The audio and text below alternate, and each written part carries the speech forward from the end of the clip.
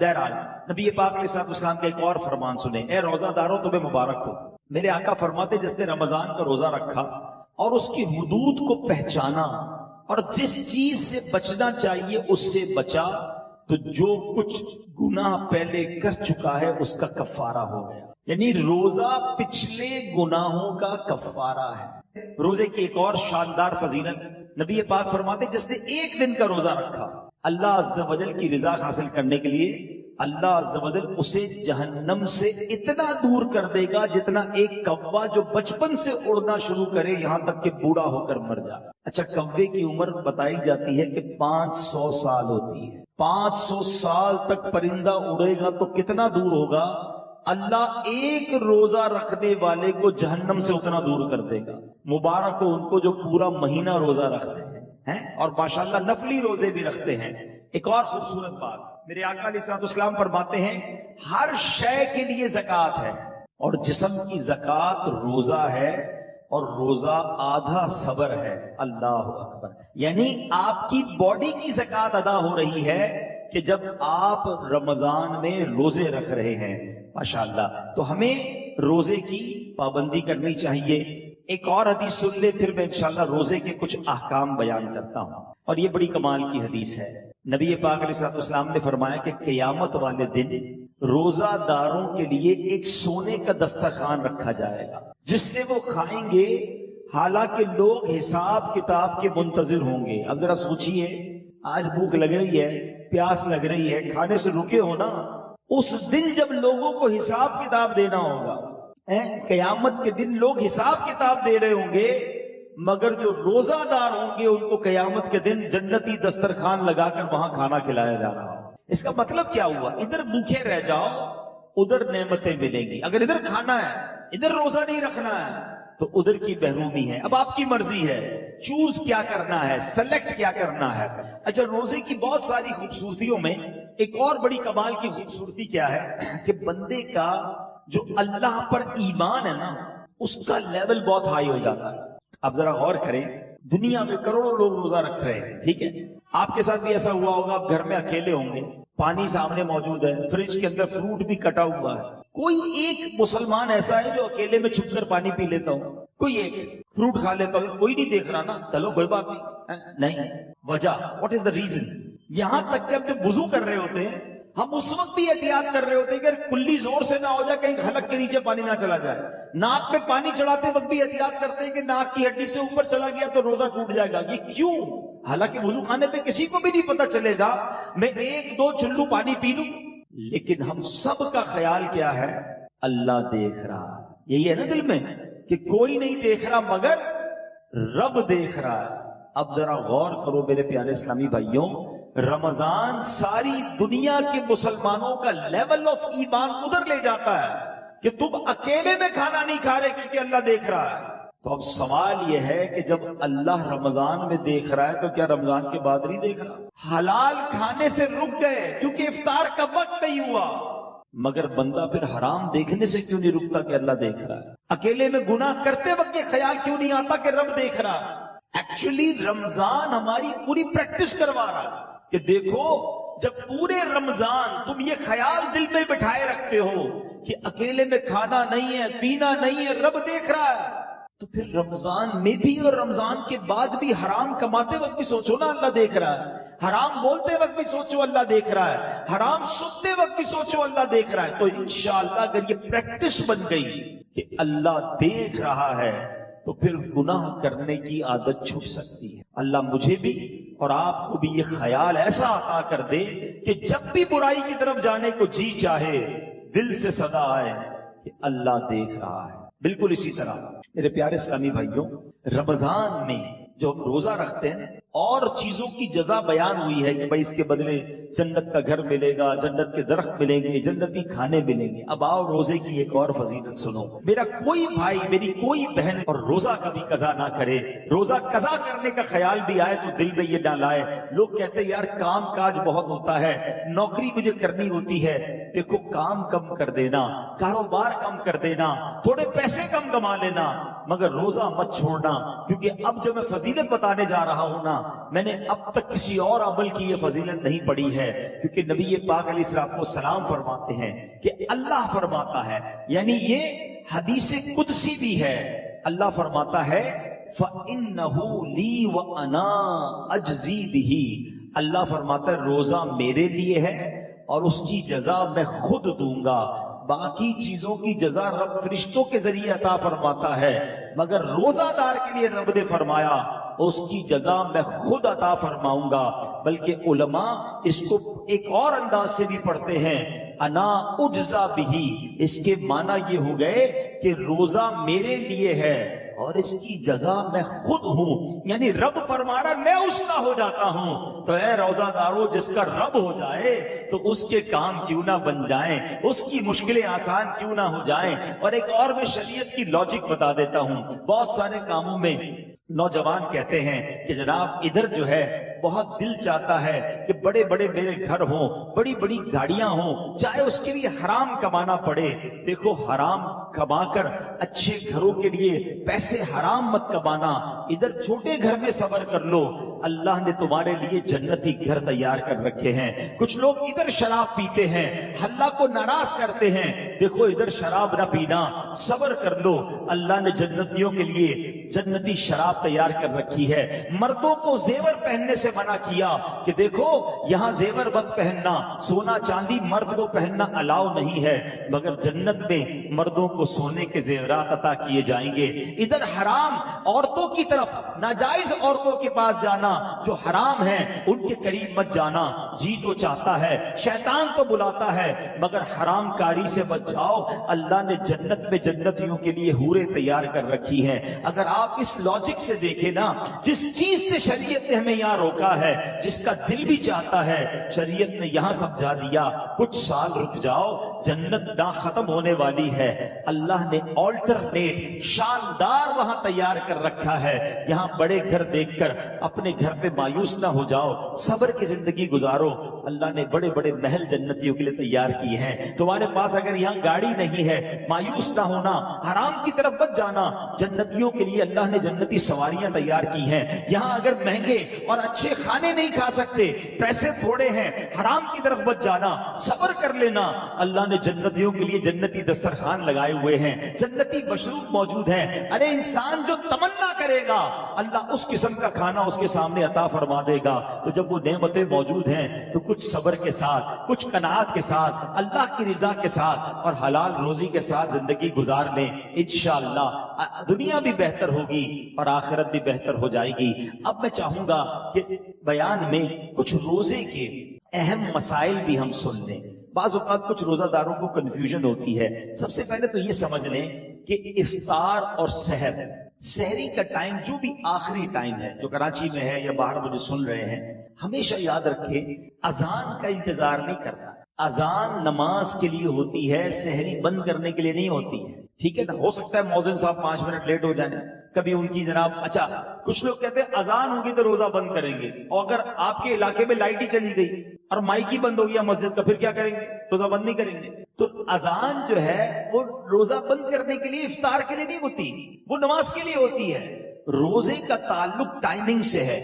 وقت سحر یعنی فجر کا وقت شروع ہوا, جیسے ہی شروع ہوا اب آپ کھا پی نہیں سکتے. 1 سیکنڈ بھی آپ نے زیادہ کھا لیا تو اب پورا دن آپ بے شک بھوکے رہیں, روزہ نہیں ہوگا, آپ کا روزہ شروع ہی نہیں ہوا.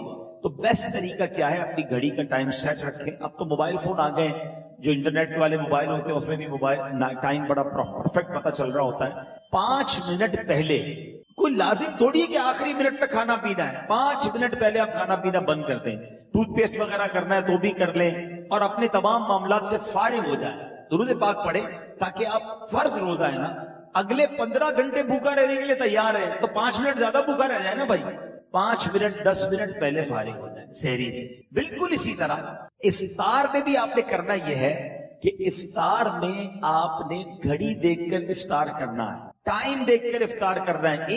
1 منٹ اوپر ہو جائے خیر ہے, پہلے افطار نہ ہو جائے. بعض اوقات ہوتا ہے لوگوں کی گھڑی ٹائم پہ نہیں ہوتی, 5 منٹ پہلے افطار کر لیتے ہیں. آپ کو پتا ہونا چاہیے کہ ٹائم ہوا کہ نہیں. اور بالکل اسی طرح اذان مغرب کی نماز کے لیے ہوتی ہے، افطار کے لیے نہیں ہوتی. اس میں بعضوں کا دو گڑبڑ ہو جاتی ہیں. ایک یہ ہو جاتی کہ کبھی مؤذن صاحب سے بھی غلطی لگ سکتی ہے، جلدی اذان دے دی، آپ نے اذان سنی، روزہ کھول لیا تو آپ کا روزہ چلا گیا. آپ ٹائم دیکھیں ٹائم ہوا ہے کہ نہیں. اور مؤذن صاحب خود اپنا افطار کرنے میں لگے ہوئے ہیں اور وہ 5 منٹ بعد اذان دے رہے ہیں اور آپ انتظار کر رہے ہیں اذان کا، تو یہ بھی درست نہیں، کیونکہ افطار کو تاخیر بھی نہیں کرنی چاہیے. تو پہلی بات تو یہ سمجھ لیں کہ ٹائم ٹیبل کے ساتھ روزہ ہے. یہاں ایک اور خوبصورت بات کہوں کہ لوگ آج کل بڑی مثالیں دیتے ہیں دوسرے ملکوں والوں کی، غیر مسلموں کی، یار وہاں بڑی ٹائم مینجمنٹ ہے جناب، بڑا ٹائم سے معاملات چلتے ہیں، ان کے جہاز بھی ٹائم پہ، ان کی ٹرینیں بھی ٹائم پہ، لوگ آتے بھی وقت پر ہیں. مجھے بتاؤ پوری دنیا میں ایک مذہب بتا دو کہ جو اتنا ٹائم مینجمنٹ کا درس دیتا ہو. ارے ہماری تو ساری عبادتیں ٹائم کے ساتھ ہیں. وقت سے 1 منٹ پہلے آپ کو سحری بند کرنی ہے تو روزہ ہوگا، وقت گزرنے کے بعد 1 منٹ اوپر چلا گیا روزہ ہی شروع نہیں ہوگا. افطار گھڑی کے مطابق کرنا ہے. بالکل ساری دنیا کے مسلمان ٹائم پہ افطار کرتے ہیں. ہماری ساری اذانیں، مسجد کا ٹائم ٹیبل دیکھیں، آپ کی ٹرین لیٹ ہو سکتی ہے، جہاز لیٹ ہو سکتا ہے. ہم نے دیکھا سردی ہو، گرمی ہو، بارش ہو، آندھی ہو، طوفان ہو، دنیا بھر کی مسجدوں میں وقت پہ اذان ہوتی ہے، وقت پہ جماعت ہوتی ہے. لاکھوں مسجدوں میں کیسی شاندار ٹائم مینجمنٹ ہے. اسلام کی کتنی عبادتیں ٹائم کے ساتھ ہیں. ارے جناب ہم حج پہ جائیں تو کب عرفات میں رہنا ہے، کب عرفات سے نکلنا ہے، کب پہلے نہیں نکلنا ہے، کب مزدلفہ پہنچنا ہے، کب مینا پہنچنا ہے، کون سے دن طواف زیارت کے ہیں. Each and every thing going with time.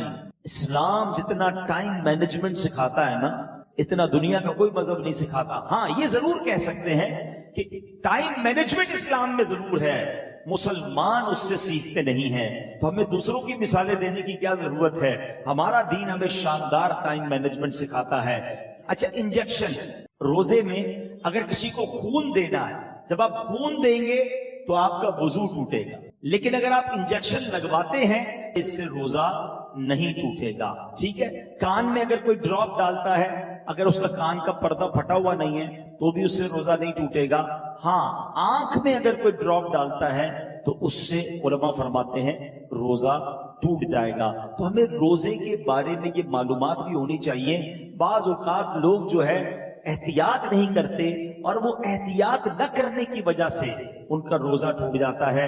جب یہ فرض ہے تو اس کے احکام سیکھنا بھی ضروری ہے، اس کی احتیاطیں سیکھنا بھی ضروری ہے. تو بہرحال میرے پیارے اسلامی بھائیوں، افطار کے وقت ایک اور کام کرنے والا ہے جو نارملی ہمارے یہاں نہیں ہوتا، کیونکہ روزانہ افطار کے وقت 10 لاکھ گناہگار جہنم سے آزاد کیے جاتے ہیں. روزانہ یہ اتنا مبارک مہینہ ہے، اس میں روزانہ افطار کے وقت 10 لاکھ گناہگار آزاد جہنم سے کیے جاتے ہیں.